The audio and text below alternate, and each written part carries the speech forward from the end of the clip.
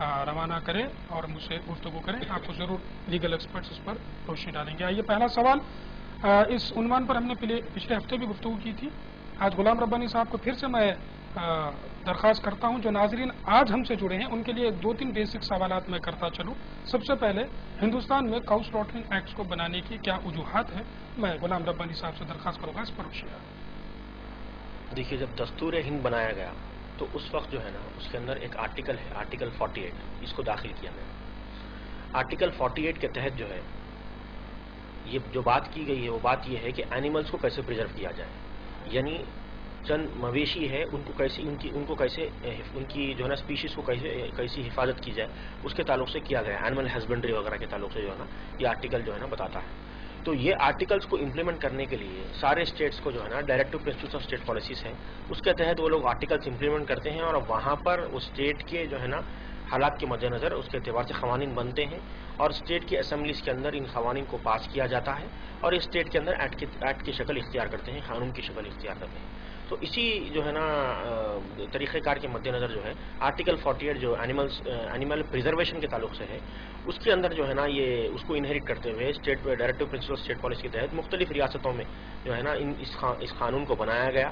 اس قانون کے تحت جو ہے نا یہ اسپیشیز کی حفاظت کرنے کے لیے جو ہے نا کس طرح کی اس کی حفاظت کی جائے اس کے تحت جو ہے نا مختلف جو ہے نا پرنسپلز بنائے گئے، اس کو ایکٹ بنا کے اس کو قانون کی شکل اختیار کی گئی ہے مختلف اسٹیٹس کے اندر. جی فصل صاحب، آرٹیکل 48 یعنی یہ directive principle of state policy میں آتا ہے. اس کو اینیمل ہسبینڈری اور ان چیزوں کو پریزرو کرنے کے لیے یہ قانون بنایا گیا ہے.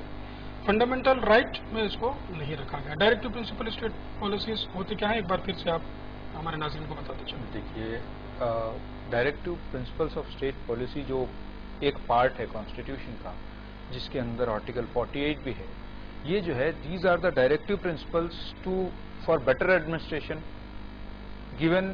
یہ ایک رائے ہے، ایک مشورتاً ایک پرنسپل دیا گیا ہے کہ بھئی اس پرنسپل کو فالو کرو تاکہ ایڈمنسٹریشن بیٹر ہوگا. ویسے ہی فنڈامنٹل رائٹس کیا ہے، these are the guaranteed rights in the constitution. Fundamental rights اور directive principles of state policies کا بیسک ڈفرنس یہ ہے، اگر کوئی وائلیشن ہوتا ہے فنڈامنٹل رائٹس کا، جیسا right to life and liberty, equality before law, equal protection of law to all, تو ان وائلیشنس کی بنیاد پر کوئی بھی شہری، ہندوستانی شہری سیدھے اپنے اسٹیٹ کے ہائی کورٹ یا سپریم کورٹ کو عرضی دے سکتا ہے. آرٹیکل 32 226 کے تحت ڈائریکٹلی ہی can approach the honourable Supreme Court اور High Court for getting implemented for protecting his fundamental rights, whereas directive principles of state policies میں یہ رائٹس کو اویلیبل نہیں ہے. یہ ایک بیسک ڈفرنس ہے یہ دونوں رائٹس کے بیچ. ٹھیک دوستو، یہ فنڈامنٹل رائٹس اور directive principle of state policies کا ہم ڈفرینس فاسقدین صاحب بتا رہے تھے.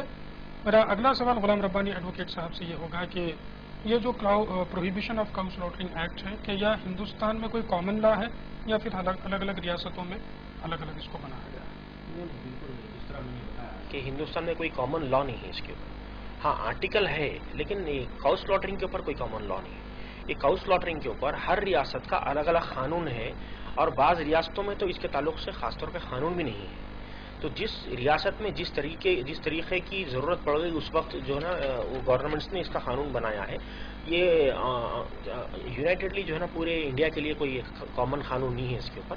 ہر اسٹیٹ کے لیے الگ الگ اور بالکل ڈفرینٹ قانون ہے ہر اسٹیٹ کے لیے الگ الگ. جی فصل الدین صاحب، ایسا کیوں ہے کہ ہندوستان بھر میں مکمل ہندوستان میں ایک قانون کیوں نہیں بنایا گیا اور الگ الگ ریاستوں میں کیوں بنایا گیا؟ جیسا کہ میں نے پچھلے پروگرام میں بھی بتایا تھا اعتماد بھائی میں نے کہ سبجیکٹس ڈیوائیڈڈ ہے اسٹیٹ اور سینٹرل گورنمنٹ کے بیچ میں. 3 لسٹ اپنے کانسٹیٹیوشن کے اندر دی گئی ہیں، ایک اسٹیٹ لسٹ، ایک کنکرنٹ لسٹ اور ایک سینٹرل لسٹ. تو یہ جو سبجیکٹ ہے جو cow slaughtering act, prevention of cow slaughtering, prohibition of cow slaughtering, آپ کوئی بھی نام سے لیجیے، یہ سبجیکٹ اسٹیٹ سبجیکٹ ہے. لہٰذا اسٹیٹ گورنمنٹس کو اپنا الگ سے اختیار ہے کہ اس کے اوپر قانون بنائیں. اور میں ایک بات اور مزید اس میں ایڈ کرتا چلوں کہ یہ جو prevention of cow slaughter act ہے یا prohibition of cow slaughter act ہے یہ اے پی کے اندر ہے. دوسرے جیسے ابھی ربانی بھائی نے بتایا دوسرے اسٹیٹس میں نہیں ہے، کئی اسٹیٹس میں کوئی قانون ہی نہیں ہے. جیسے گجرات میں یہ بڑا سنگین معاملہ ہے اور سخت سے سخت لیا گیا ہے. ریسنٹلی 2011 میں بھی امینڈمنٹ لایا گیا ہے اس کے اندر اور اس کی سزا بھی کافی معقول رکھ دی گئی ہے، پینلٹی بھی رکھ دی گئی ہے. ویسے ہی آسام، دلی، بہار، کیرلا، مدھیہ پردیش، یہاں پر الگ الگ یہ this is not a total ban. Last programme میں بھی ہم نے ڈسکس کیا تھا کہ سپریم کورٹ جو ہے، سپریم کورٹ کے ججمنٹس ہیں، کلیئر ججمنٹس ہیں، it is not a complete prohibition. ٹھیک، جیسے دوسرے ریزنس ہیں سائنٹیفک. جب آپ نے ججمنٹ کی بات کی ہے تو حال ہی میں high court, Bombay high court کا ایک ججمنٹ اس معاملے میں لے کر کے آیا ہے. کس ریاست سے تعلق رکھتا ہے یہ ججمنٹ، اور یہ ججمنٹ میں کیا آبزرویشن؟ جی، یہ مہاراشٹر اسٹیٹ سے تعلق رکھتا ہے. بامبے ہائی کورٹ کی گوا بینچ نے اس کو آرڈر دیا تھا کہ بھائی ان کے سامنے ایک عرضی کی گئی تھی، ایک پٹیشن داخل کی گئی تھی کہ بھائی جب ان کا ایکٹ پاس ہوا تھا، جس سال میں ان کا ایکٹ پاس کیا گیا تھا 1972 میں، جو ایبیٹر سیٹ اپ ہوا تھا، مطلب صحیح خانہ سمجھ لیجیے آپ، تو وہاں پر جب پاپولیشن 10 لاکھ مسلمس کی تھی، ابھی 40 لاکھ مسلمس کی ہے، وہاں پر جو پروسیجرز پرسکرائب کرے وہ 15,000 سے 18,000 جانور کی اجازت مزید طلب کرتے ہوئے کی گئی. جی، تو اس کے اندر یہ ہے کہ وہاں پر جو ڈاکٹر دیتے ہیں، سرٹیفکیٹس دیتے ہیں، ایک ڈاکٹر سے کچھ نمبر آف ڈاکٹرز وہاں پہ اپوائنٹ ہوئے ہیں، تو اور وہ ڈاکٹرز کے سرٹیفکیٹ کے بنا پر ہی وہاں پر سلاٹرنگ ہو سکتی ہے، ورنہ نہیں ہو سکتی.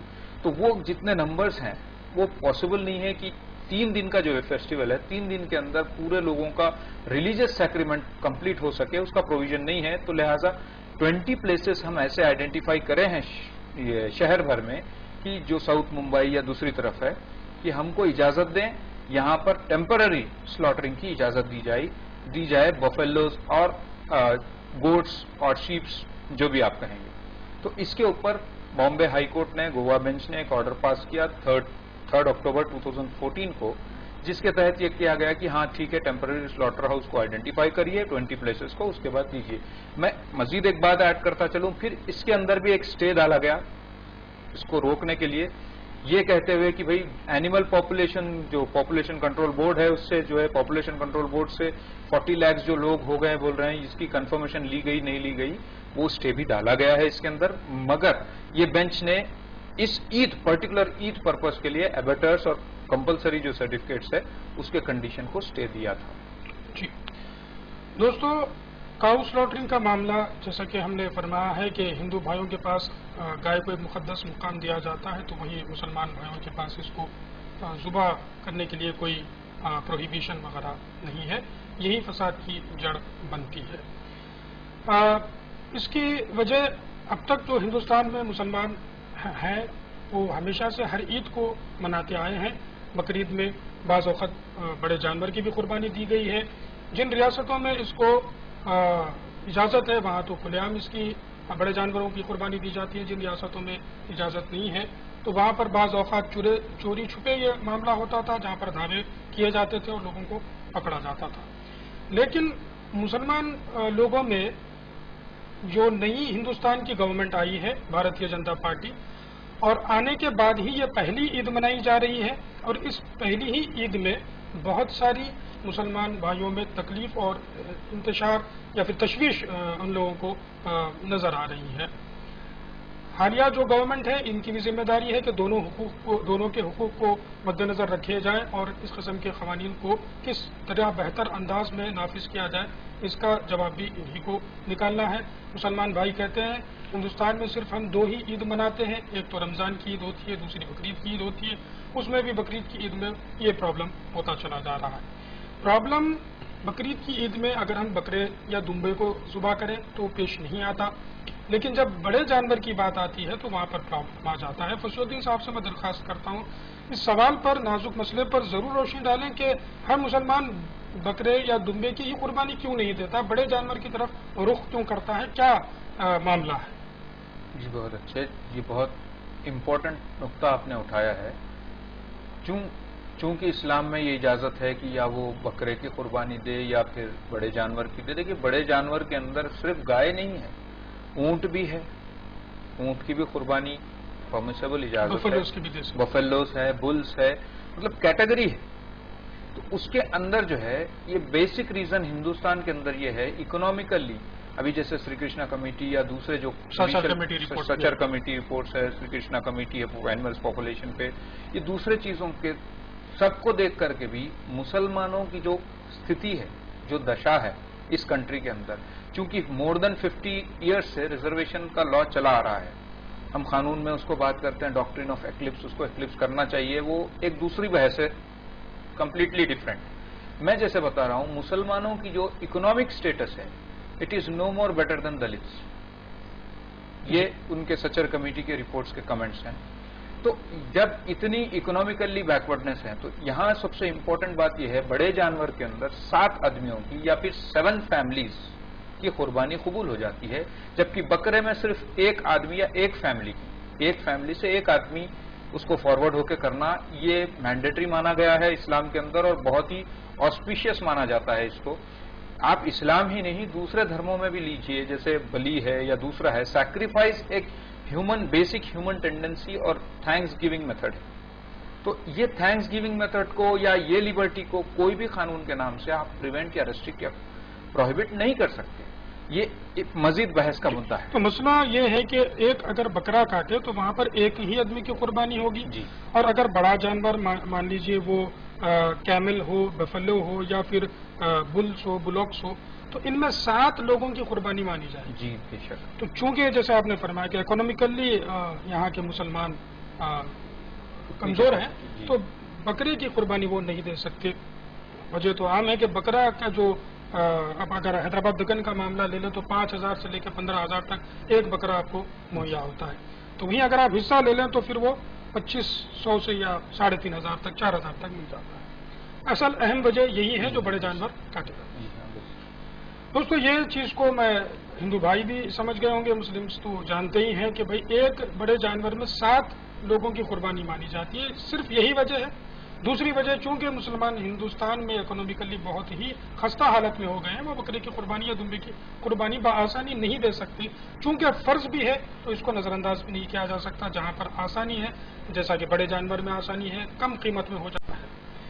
میرا اگلا سوال غلام ربانی ایڈوکیٹ صاحب سے ہوگا کہ جب یہ عید آ جاتی ہے یا پھر الیکشنز آ جاتے ہیں تبھی ہمارے جو دھرم ہے یا مذاہب ہیں وہ خطرے میں آ جاتے ہیں، اس سے پہلے یا اس کے بعد کچھ نہیں ہوتا، اور یہ خطرہ اس حد تک بڑھ جاتا ہے کہ کبھی کوئی لوگ ان دنوں میں خاص کر بقرعید کے فیسٹیول کے ان قریب اگر کوئی گائے یا پھر بچھڑا یا پھر اور کوئی آکس وغیرہ لے جاتے ہوئے دکھ جائے تو وہاں پر آج کل کچھ لوگ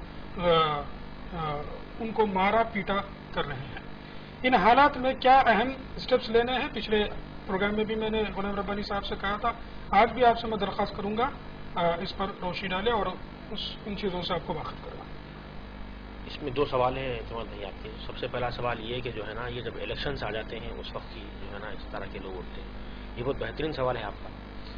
الیکشنز جب آتے ہیں اس طرح کے مسائل کیوں اٹھتے ہیں یہ تو ہر کسی کو معلوم ہے، کیونکہ کچھ جماعتیں ایسی ہیں کہ ان معاملات کو، ان مسائل کو جو ہے نا بنیاد بنا کر الیکشنز لڑنا چاہتے ہیں اور اس کے اوپر کریڈٹ حاصل کرنا چاہتے ہیں کچھ، اور بھی کئی چیزیں ہیں۔ اور دوسری چیز یہ ہے یہ جو گروپس ہیں، جو گروپ جو ہے نا اپنے گو رکشا دل کے نام سے یا پھر پرٹیکولرلی میں کسی کا نام نہیں لینا چاہ رہا ہوں، اس کے اندر کچھ رائٹ ونگ ایکٹیوسٹ ہے، یہ گروپس ہے، یہ گروپس جو ہے نا گروپس فارم کر کے یہ لوگ کیا کر رہے ہیں، جو بھی کیٹل جو ہے نا جو بھی بڑے جانور منتقل کیے جا رہے ہیں وہ بڑے جانور کو یہ لوگ رکا رہے ہیں، والنٹیئرلی یہ لوگ اپنی طرف سے رکا رہے ہیں اس کو۔ عموماً ہونا یہ چاہیے کہ پولیس یا پھر کوئی ادر والنٹیئر آرگنائزیشن جن کو پولیس کی طرف سے یا پھر گورنمنٹ کی طرف سے اجازت مل رہی، وہ لوگ جو ہے نا پرٹیکولرلی اس کے اوپر ان کو شک ہونا کہ یہ جانور یہ سلاٹرنگ کے لیے لے کے جا رہے ہیں اور ان کے پاس کوئی پختہ دستاویز اکارڈنگ ٹو لا نہیں ہے، یعنی قانون کے اعتبار سے جو دستاویز ہونا چاہیے وہ نہیں ہے ان کے پاس، تو اس ویسی حالت میں ان کو رکا کے کوشچن کرنا چاہیے، اور کوشچن کرنے کے بعد جواب اگر ان کو صحیح نہیں ملا سوال کرنے کے بعد تو ویسی صورت میں اس کی جو ہے نا وہ لوگ اس کو دیکھ سکتے، سیکشن 9 کے حساب سے اے پی آندھرا پردیش کے اندر سیکشن 9 کے حساب سے جو ہے نا وہ لوگ انسپیکٹ کر سکتے جانور کو، اور جب ان کو یہ پتہ چل جائے گا کہ یہ جانور سلاٹرنگ کے لیے لے جایا جا رہا ہے اور یہ جانور کے جو ہے نا کوئی مکمل دستاویز نہیں ہے، کوئی میڈیکل سرٹیفکیٹ نہیں ہے ان کا کمپیٹنٹ اتھارٹی سے، یہ سب چیزیں سمجھ میں آ رہی ہے، جب اس کو سیز کر سکتے، یہ پروسیجر ہے۔ اس کے برعکس ہو رہا یہ کہ جو ہے نا یہ سارے لوگ اپنے گروہ کی شکل میں اختیار کر کے جو ہے نا لکڑی لاٹھی وغیرہ لے کے یہ لوگ حملے کر رہے ہیں، اور جو لوگ منتقل کر رہے ہیں جانور ان کو مار رہے ہیں، وہ لوگ کو ان کو مار رہے ہیں، پیٹ رہے ہیں، اور یہ جانور اپنی خودی سے لے کے چلے جا رہے ہیں اور گوشالوں میں چھوڑ دے رہے ہیں، اور پولیس یہاں پر تماشائی بنی ہوئی ہے۔ اور پولیس کا کہنا یہ ہے کہ ہماری بالکل خلیل تعداد ہے، ہم 4 5 8 لوگ ہوتے ہیں اور وہ لوگ 200 300 لوگ ہوتے ہیں، تو ہم کیسے ان کو کنٹرول کریں گے؟ یہ اگر پولیس کی اگر جو ہے نا تعداد خلیل ہے تو پولیس ریکویسٹ کرنا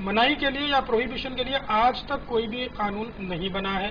وہیں ویسٹ بنگال ہے جہاں پر کاؤ کو یا پھر دوسرے بڑے جانوروں کو کچھ عمر کی حد لگائی گئی ہے, اس کے بعد اس کو سلاٹر کیا جا سکتا ہے. میرا اگلا سوال غلام ربانی صاحب سے یہ ہوگا کہ آندھرا پردیش یا تلنگانہ اسٹیٹ الگ الگ جو ہو گئے ہیں, ان میں کاؤ سلاٹرنگ پر پروہیبیشن ہے یا نہیں ہے؟ ایک کالر اگر ہو تو میں شامل کر لوں. ہلو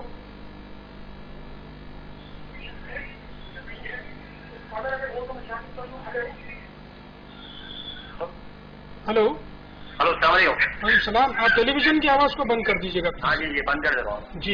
یہ آج جو چل رہا ہے گائے نہیں کاٹنا بول کے بتا رہے نا بھیا. جی. یہ وہ یہ لوگ بول رہے ہیں کہ صرف میل کو کاٹو, فیمیل کو مت کاٹو بول رہے ہیں. ٹھیک ہے اس کا. جی جی. ہاں پھر اکارڈنگ ٹو اسلام تو ہم لوگ کو پیسہ کاٹنا ہے, گائے تو جو کام میں لگا اس کو نہیں کاٹنا ہے, ینگ گائے کو کاٹنے کا ہے نا. پھر اس کے بارے میں کیا بول رہے ہیں؟ جی. اسلام کو سنا ہے, حکومت کو سنا. آپ کا نام بتائیے گا.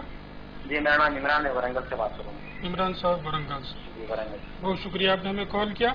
عمران صاحب آپ کا سوال ہے کہ جس جانور میں کوئی نقص ہو تو اس کو نہیں کاٹا جانا چاہیے یا ینگ جانور کو کاٹا جانا چاہیے. ہو سکتا ہے کسی سے آپ نے سنا ہوگا. بہتر اس کا جو جواب ہے آج رات راہ ہدایت پروگرام کر کے ہمارے پاس ٹیلی کاسٹ ہوتا ہے, تو ان سے فتویٰ لے لیجئے گا. جو نالج ہم کو ہے اس پر ہم آپ کو بتا دیں گے کہ کس جانور کو کیا کس حد تک ذبح کیا جا سکتا ہے. رہی بات کاؤ سلاٹرنگ ایکٹ جو آندھرا پردیش میں ہے اور تلنگانہ میں, کیا یہاں پر گائے کو کاٹنے کی اجازت ہے یا کوئی دوسرے بڑے جانور کو کاٹنے کی اجازت ہے؟ غلام ربانی. اس سے پہلے میں پھر ایک کالر کو شامل کر لوں. پھر ہلو. ہلو السلام علیکم. وعلیکم السلام. آپ کا نام؟ سید خلندر کر کے. جی کہاں سے بول رہے ہیں؟ ہم بنگلور سے بول رہے ہیں. جی فرمائیے. سید خلندر. جی سوال بتائیے. سوال ابھی ادھر کرناٹک میں جی وہ چھوٹے بیل کو پرسوں ایک ہرسی گرے کر کے تعلق ہوا. جی. ادھر بیل گائے لے کے آ رہے تھے ہم. ٹھیک ہے. 10 آدمی پورا بڑا بوڑھا ایک بیل ہوا. ٹھیک ہے. وہ آدمی پیسے لے کے بکاتا ہے. ٹھیک ہے. پھر وہ میسج کرتے ہیں ایسا پولیس کو ایسا بیل لے کے جا رہے ہیں کر کے. جی جی. وہ پورا پکڑ کے جی اسٹیشن میں سبمٹ کر دیا. ٹھیک. تو جو لوگ آپ کو بڑے جانور بیچ رہے ہیں وہی لوگ پولیس کو پھر اطلاع بھی دے رہے ہیں؟ ہاں وہی اطلاع دیتے ہیں. ٹھیک ہے. بنگلور سے آپ کال کر رہے ہیں؟ ہاں بنگلور. کس ایریا میں یہ ہوا ہے بتا سکتے ہیں آپ؟ وہ بنگلور میں ہے. بنگلور میں ہی ہوا ہے. جی ٹھیک ہے. ابھی وہ گھر کے پاس ہے جانور بھی آنے کا, ایک 10-12 آدمی ہمارا بیل کر کے پکڑنے کا. جی ایسا کر رہے ہیں. ٹھیک ہے. ٹھیک ہے. بہت شکریہ آپ نے ہمیں کال کیا. ضرور اس پر بھی ہم گفتگو کریں گے. اس سے پہلے آپ سن لیں کہ آندھرا پردیش اور تلنگانہ میں کیا کاؤ سلاٹر ٹوٹلی پروہیبٹ ہے یا کیا ہے؟ آندھرا پردیش اور تلنگانہ کے اندر جو ایکٹ بنایا گیا ہے, Andhra Pradesh prohibition of cow slaughtering and animal preservation act 1977 ہے, جو یہاں پر نافذ ہے, تو چل رہا ہے. اس قانون کے تحت اس ڈیفینیشن میں کاؤ کو ایک الگ ڈیفینیشن دیا گیا ہے اور اینیمل کو ایک الگ ڈیفینیشن دیا گیا ہے. ٹھیک ہے. کاؤ اور اینیمل کو الگ الگ ڈیفینیشن دیا گیا, اس پر ہم ضرور گفتگو کریں گے. ایک کالر کو اس سے پہلے شامل کر لوں. ہلو. غالباً کال ڈراپ ہو گئی ہے. جی کاؤ کا ڈیفینیشن الگ ہے. کاؤ کے ڈیفینیشن میں کیا کیا آتا ہے؟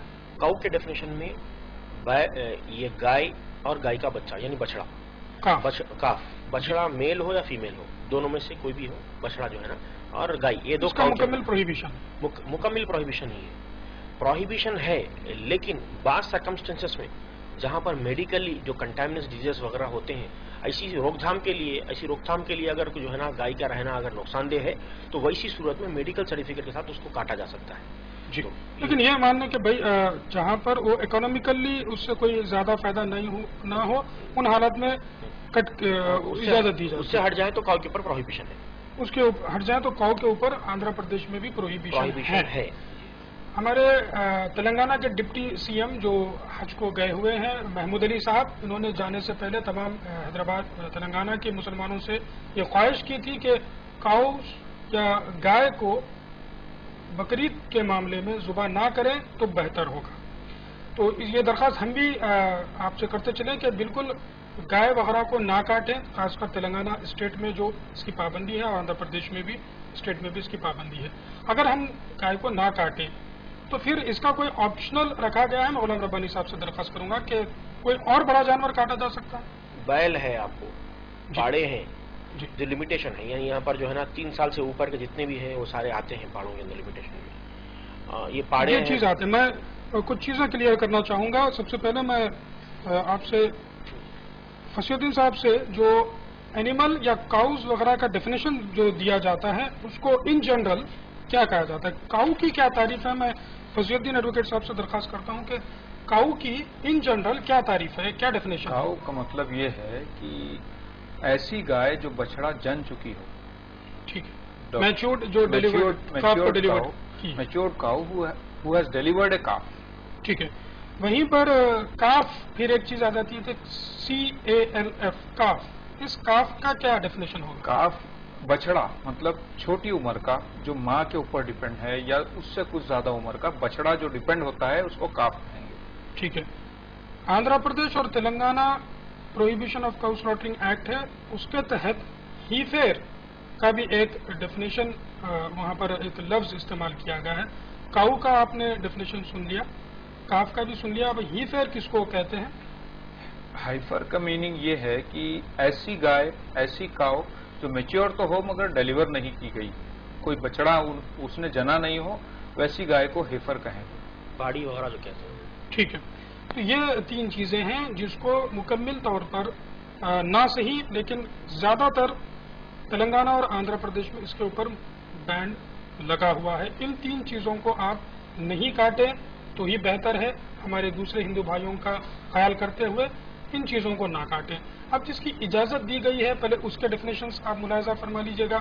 سب سے پہلے میں غلام ربانی صاحب سے درخواست کروں گا کہ کیا بل اور بلوکس کو بازو رکھتے ہوئے آکس کر کے ایک بڑا جانور ہوتا ہے، کیا آکس کو تلنگانہ اور آندھرا پردیش کے قانون میں شامل کیا گیا ہے؟ دیکھیے یہ آکس جو ہوتے ہیں نا، یہ جو بیل ہیں یعنی بل جن کو آپ کہتے ہیں، یہ بیل کے اندر ہی جو ہے نا یہ کیسٹریٹڈ ہوتے ہیں، مطلب یہ خسی کرے ہوئے جو بیل ہوتے ہیں نا ان کو آکس کہا جاتا ہے.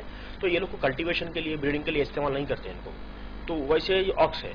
اور اس کے علاوہ جو ہے بل ہے، بل جو ہے نا آپ کو انکیسٹریٹڈ مطلب جو ہے نا بغیر خسی کرا ہوا آپ کو یہ بریڈنگ کے لیے پھر کلٹیویشن کے لیے دونوں کے لیے کام آتا. یہ چھوڑ دیں تو بلاک ہے. بلاک یعنی جو ہے نا بل کا ینگ یعنی پاڑا جو ہم لوگ کہتے ہیں جنرل زبان میں پاڑا ہے.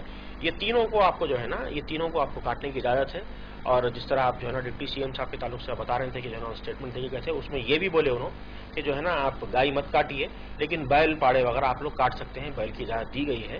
اور قانون کے تحت جو کہا گیا ہے، قانون کے اندر جو ہے نا یہ وتھ سرٹن کنڈیشنز ان کو آپ کاٹ سکتے ہیں. ٹھیک ہے. فٹ فار سلاٹر سرٹیفکیٹ لے کر کے کاٹا جا سکتا ہے.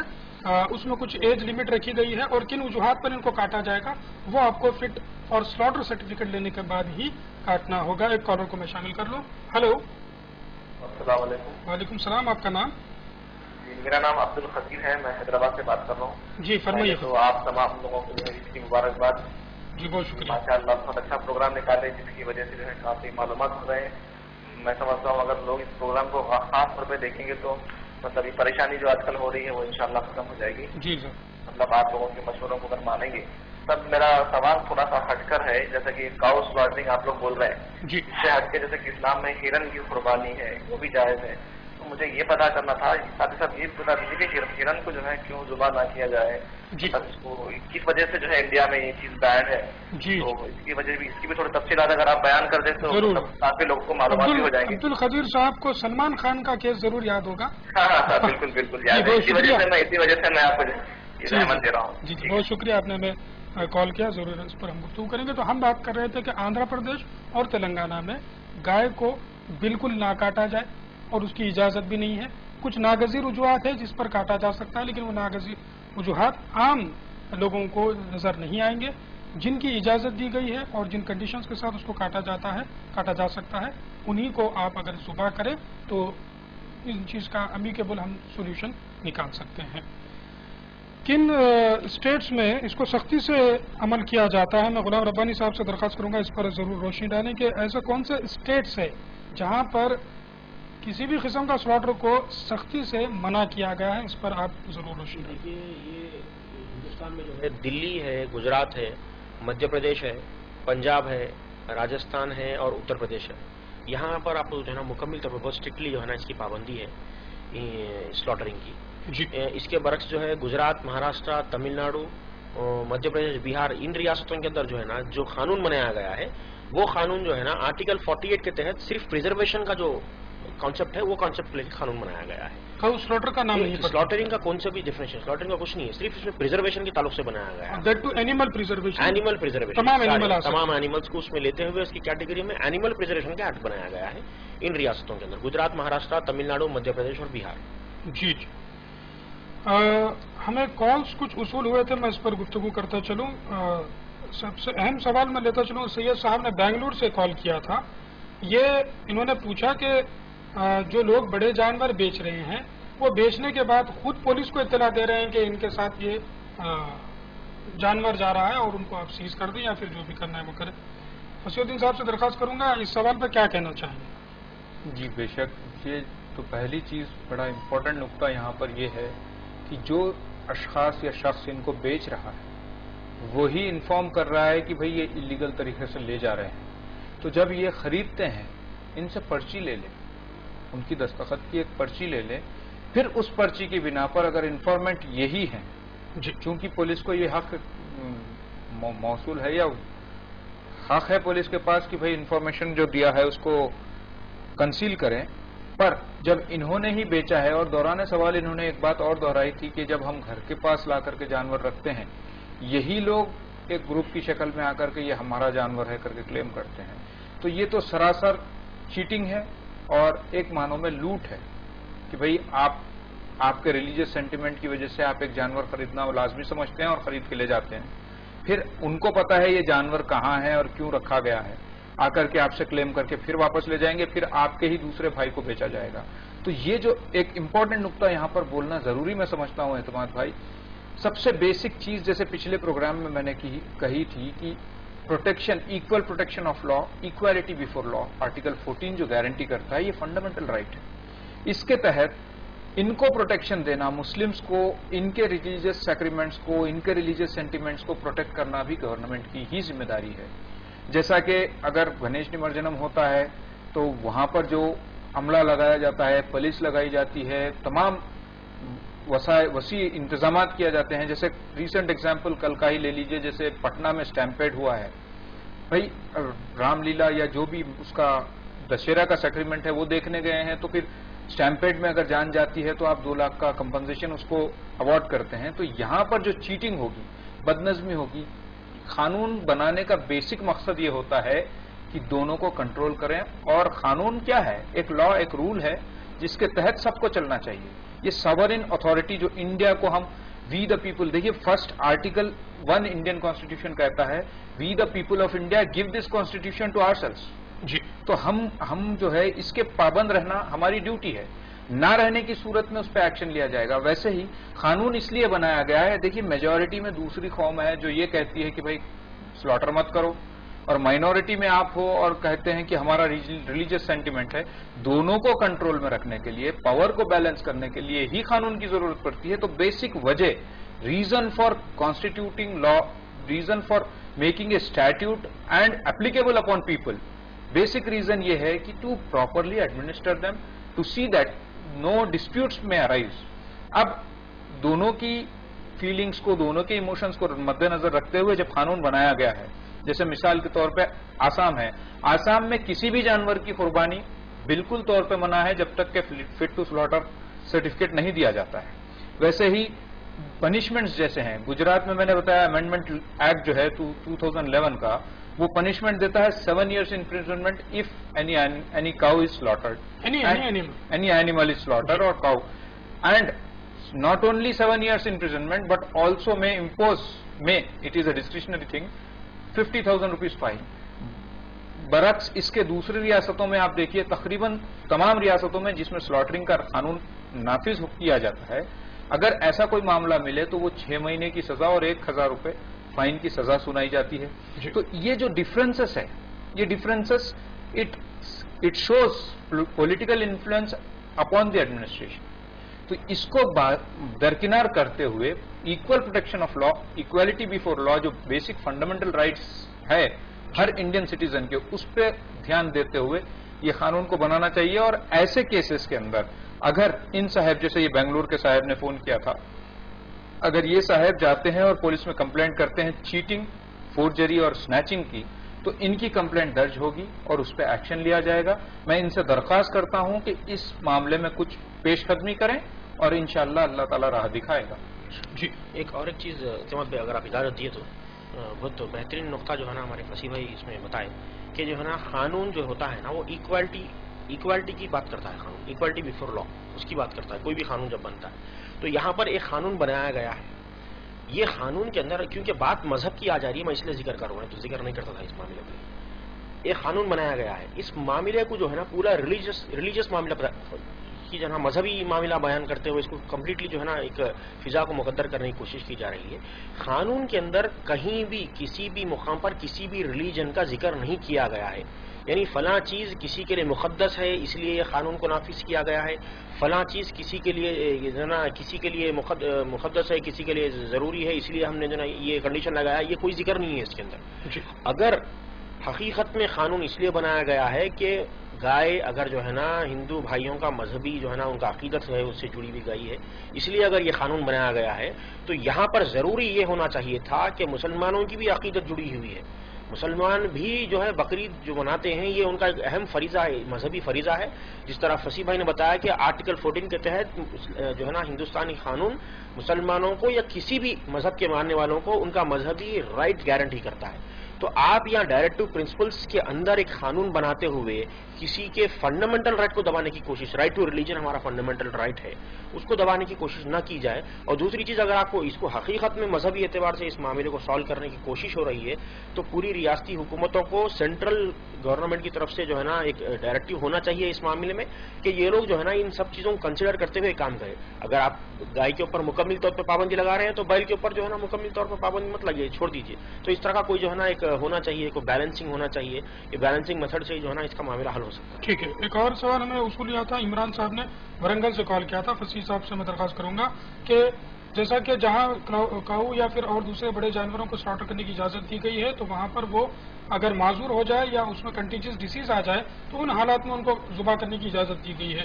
تو کیا ہم کو بحیثیت مسلمان ان جانوروں کو ذبح کرنے کی اجازت کیا دی گئی ہے؟ جیسا کہ میں نے فرمایا کہ رائے ہدایت پروگرام میں آپ مکمل طور پر اس کا جواب حاصل کر سکتے ہیں. پھر فصیح صاحب سے میں درخواست کروں گا اس پر روشنی ڈالیں. جی اعتماد بھائی، یہ جو عمران صاحب کا سوال ہے، نہ ہی بڑے جانور بلکہ کوئی بھی جانور جو میں جہاں تک سمجھتا ہوں جو قربانی کے لیے استعمال کیا جاتا ہو وہ سارے نقص، کسی قسم کا نقص نہ ہو، وہ نقص سے پاک ہو اور ہیلدی. اور دیکھیے میں جیسے بتا رہا ہوں پرپز، آبجیکٹ، سینٹیمنٹ، جو مقصد ہے قربانی کا وہ یہ ہے کہ ہم تھینکس دے رہے ہیں. We are thanking our lord by sacrifice, by giving sacrifice for betterment, for willingness. ہم ہمارا جو ہے کمپلیٹ سرنڈر ایکنالج کرتے ہوئے ہم سیکریفائی کر رہے ہیں. تو وہ ٹائم پہ ڈیفیکٹو اینیمل جو تم خود نہیں سمجھتے کہ یہ کام کا ہے اور قابل ہے، اس کی اجازت نہیں ہے. تو اس کا پیچھا پڑنا ہے کہ بھئی ایسے جانور کو اجازت دی جا رہی ہے جس میں ڈیفیکٹ ہے، نقص ہے، کیا ہم اس کو دے سکتے ہیں؟ نہیں. اس شریعت کے یا اسلامک مسلم پرسنل لا کے حساب سے بھی، جو شریعت ایکٹ ہے اس کے حساب سے بھی، ڈیفیکٹو اینیملز کی not be slaughtered for sacrifice. آپ اس کو فوڈ یا دوسری چیز کے لیے ضرور استعمال کر سکتے ہیں. اس میں پھر کس حد تک نقص رہا تو چل سکتا ہے، کس حد تک نقص نہیں چل سکتا، اس پر آپ ضرور رائے ہدایت میں کال کر کے پوچھ سکتے ہیں. عبدالقدیر صاحب نے حیدرآباد سے کال کیا تھا. ان کا کہنا ہے کہ ہرن، باراسنگا، ان چیزوں کو بھی ذبح کیا جا سکتا ہے. ان کی اجازت کیا ہندوستان میں ہے؟ غلام ربانی صاحب اس پر کیا کہنا چاہیے؟ دیکھیے اب یہاں پر جو گفتگو ہے وہ ہے پروہیبیشن آف کاؤ سلاٹرنگ. جی. اس کے برعکس ایک اور قانون ہے جو وائلڈ لائف پروٹیکشن ایکٹ ہے. وائلڈ لائف پروٹیکشن ایکٹ ہے. وہ قانون ایک الگ جنگلی قانون ہے، یہ جنگل کے جانوروں کے لیے ہے. تو یہ وائلڈ لائف پریزرویشن کے لیے یہ جو قانون ہے بہت سخت قانون ہے. یہ اسپیشیز ایکسٹینٹ نہ ہو، ختم نہ ہو، اس سلسلے میں قانون بنایا گیا ہے. ہماری سب سے بڑی کمزوری یہ ہے کہ ہم سارے قانون، اب دیکھیے 1977 میں آندھرا پردیش میں یہ قانون بنا تو اس کا مطلب یہ ہے کہ 1977 سے ہمارے پاس آندھرا پردیش میں کاؤ سلاٹرنگ پر پابندی ہے.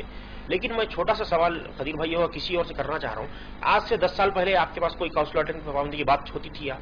کہیں نہیں ہوتی تھی بات، کاؤ سلاٹرنگ برابر ہوتی تھی. مطلب یہ بن گیا قریب 40 سال پہلے بنا اور امپلیمنٹیشن 10-12 سال سے ہو رہا ہے. تو ہمارے لوگوں کی سب سے بڑی جو ہے نا یہ کمزوری ہے کہ ان قوانین سے ناواقفیت، اور ان قوانین ایسے قوانین جب بن کے آ جاتے ہیں تو اس کے تعلق سے چیلنج کرنے جاتے نہیں ہیں لوگ.